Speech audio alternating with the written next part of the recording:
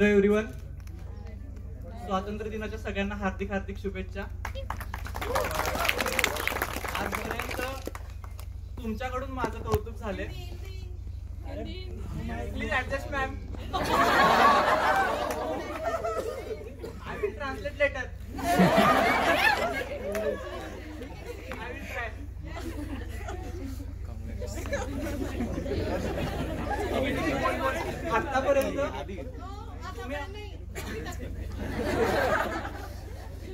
आतापर्यंत तुम्ही आमचं कौतुक केलंय, पण आज मी तुमच्या सर्वांसाठी बोलायसाठी इथं उभा आहे.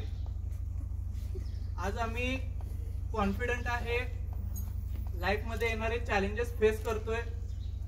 ते फक्त आम्हाला आयोजन मध्ये मिळालेल्या पोषक वातावरणामुळे, फॅकल्टीच्या फ्रेंडली बिहेवियरमुळे आम्ही कधी कोणत्या दडपणाखाली इथं राहिलेलो नाहीये.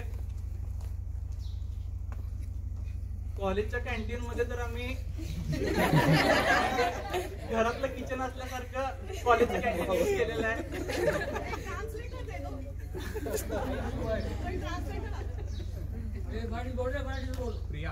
कॉलेज मधले इव्हेंट्स असतील, प्रोजेक्ट्स असतील, यामध्ये फॅकल्टीने आम्हाला कायम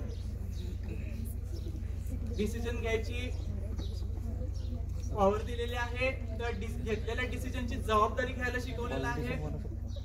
आणि वेल एक्सपिरियन्स्ड फॅकल्टी असल्यामुळे अकॅडमिक्स बरोबरच प्रॅक्टिकल नॉलेज देखील आम्हाला मिळालं. मी थर्ड इयरला असताना सर लॉकडाऊन होता त्यावेळी, आणि आम्ही सगळे घरी आपण सगळे घरी होतो.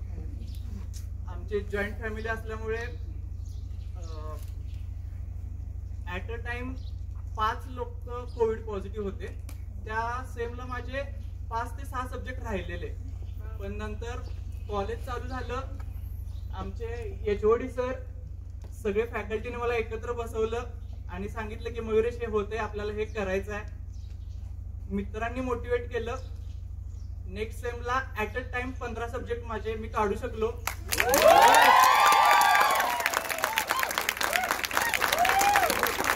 त्यानंतर कधीही मागवून बघितलं नाही, कायम टॉप 10 मध्ये राहिलो. आमच्या बॅचने देखील सर, आम्ही जिथे पण इंटर्नशिप केली, जिथे पण जॉब केला, तिथे एक स्टँडर्ड सेट करून ठेवलाय की आयोजनची मुलं म्हणजे 1 नंबरच असणार. आणि आज जे आम्हाला इथं डिग्री मिळते, आम्ही आर्किटेक्ट होतोय, हे आमचं इंडिव्हिज्युअल श्रेय नाहीये. हे फॅमिली, आमचे फॅकल्टी आणि फ्रेंड, ह्या ट्रायंगलचं एकत्रित हे श्रेय आहे. त्यामुळे त्यांना सगळ्यांना मला थँक्यू म्हणायचं आहे. आणि जाता जाता माझ्या ज्युनियर मित्रांना मी सांगतो, आपल्या 5 वर्ष इथं शिकत असताना एक्सरसाइजला वेळ मिळत नाही असं तुम्ही सगळे सांगताय, पण तसं काही नाही, हे मीच आहे. मी स्वतः 5च्या 5 वर्ष एक्सरसाइज करून डिग्री घेतलेली आहे. तुम्हाला कधी पण मदत लागली, मी असेल, आमची पूर्ण बॅच असेल, आम्ही फक्त एक फोन कॉल हवे आहे. त्यामुळे आम्हाला कधीही सांगा. Thank you everyone.